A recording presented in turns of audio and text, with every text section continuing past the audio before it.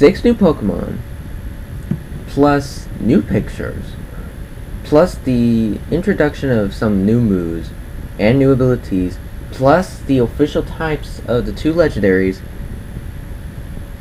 This is probably the biggest update that I've seen for Black and White. And there's something new that I really have to mention in the last. First off, we got a Chiramii, or Chiramii. It's a normal type, a chinchilla Pokemon. Has the abilities of Q-Charm and Technician, and it has a new move called Sweep Slap, which attacks several times consecutively, which is very similar to Double Slap or Pin Missile, seemingly. It's kind of a cute little Pokemon, to be honest. It's really kind of a cute little one.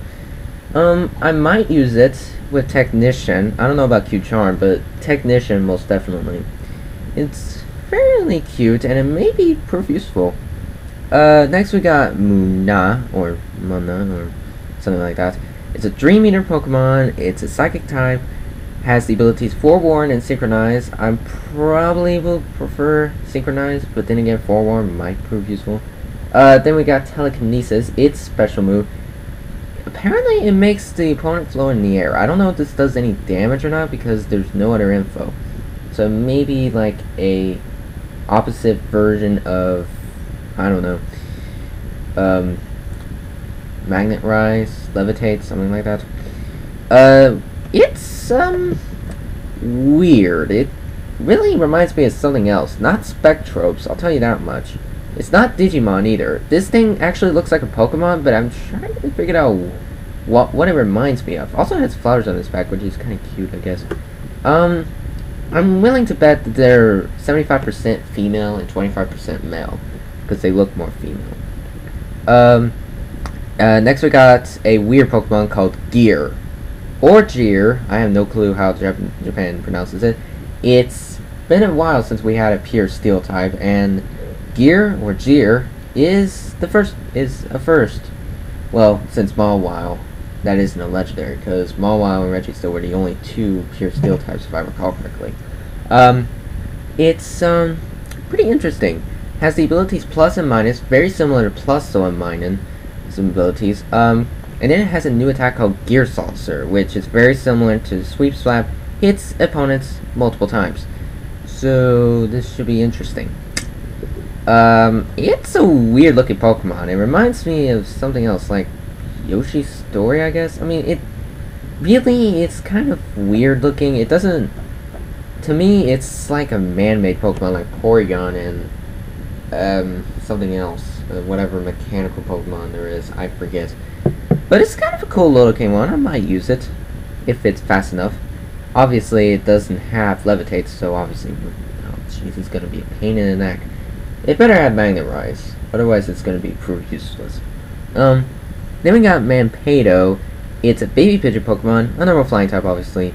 Has the ability Super Luck, or its new ability Pigeon Heart, which prevents its defense stat from lowering.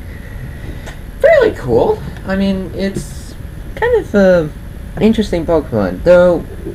Now that I look at it, its pose on the Korokoro magazine looks like it's mimicking Honchkro's sprite when it raises its right wing.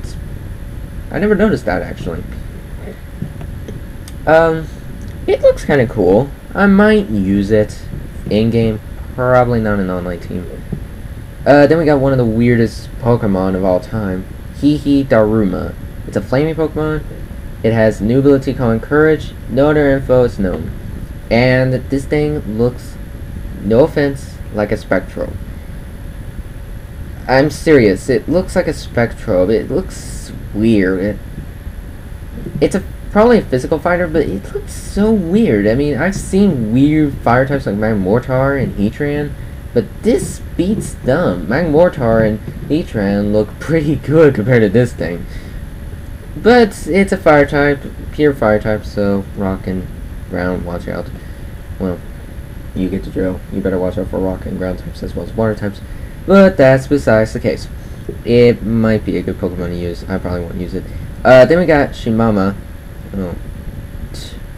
Why didn't I read that correctly? It even clearly said zebra, and I thought it was a horse, whatever. It's a charged Pokemon. It's an electric type. It has the abilities Lightning Rod and Motor Drive. Motor Drive was currently only available at Electivire until now, so this is interesting. It has an attack called Wild Bolt, which is very similar to Voltaco, where it recoils damage, so this is kind of interesting. Probably it's a physical fighter. It's very speedy, probably low regular defense, maybe a high special defense. I don't know, that might be my guess. It's a pretty cool Pokemon. I probably will use it. There's no doubt about it. I'll probably use it. Regardless. Then we got a crocodile Pokemon called Meguroko. It's a desert crocodile Pokemon. It's a ground dark type. It has the ability to Intimidate, and its new ability, Earthquake Spiral, which raises its attack when the opponent is knocked out. So, if you knock out an opponent, its attack will raise. So that's actually kind of interesting. It's kind of a cool looking Pokemon too. I haven't seen a ground type that's interesting since, gosh, I don't remember. It's been a while, but this thing looks awesome, and I'll probably use it.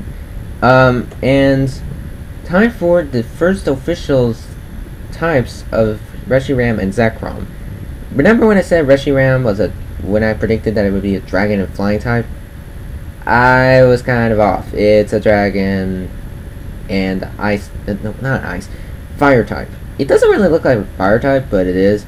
It's a White Yang Pokemon, and it has the ability Turbo Blaze.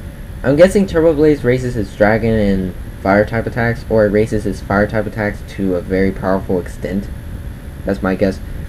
Zekrom is dragon and electric type. I didn't mention this in my original via annotations, like I did when I mentioned that they were officially announced to being both dragon types, but it's unknown whether they are pure dragon types or not. But I didn't mention that it was leaked to be an electric type, and it's actually a dragon and electric type. So people who said that it was a dragon and dark type, forget it. It's no longer that. It's a black game Pokemon, has the ability Terra Voltage. I guess it's very similar to Turbo Blaze, where it raises its electric type attacks to its max or something. I don't know. It's just my guess. And Zorua, you can use the Celebi like you used. No, wait. You can use the Celebi in the upcoming movie that's coming out, which will be available probably next. The event will probably be available next year, unfortunately. And it's level 10. And then Zoroark's new move, Night Burst, probably a physical dark type move.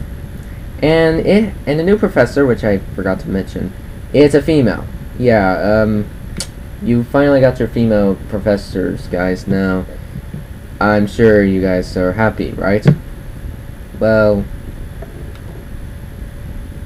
to be perfectly honest, I guess she's okay. I don't know.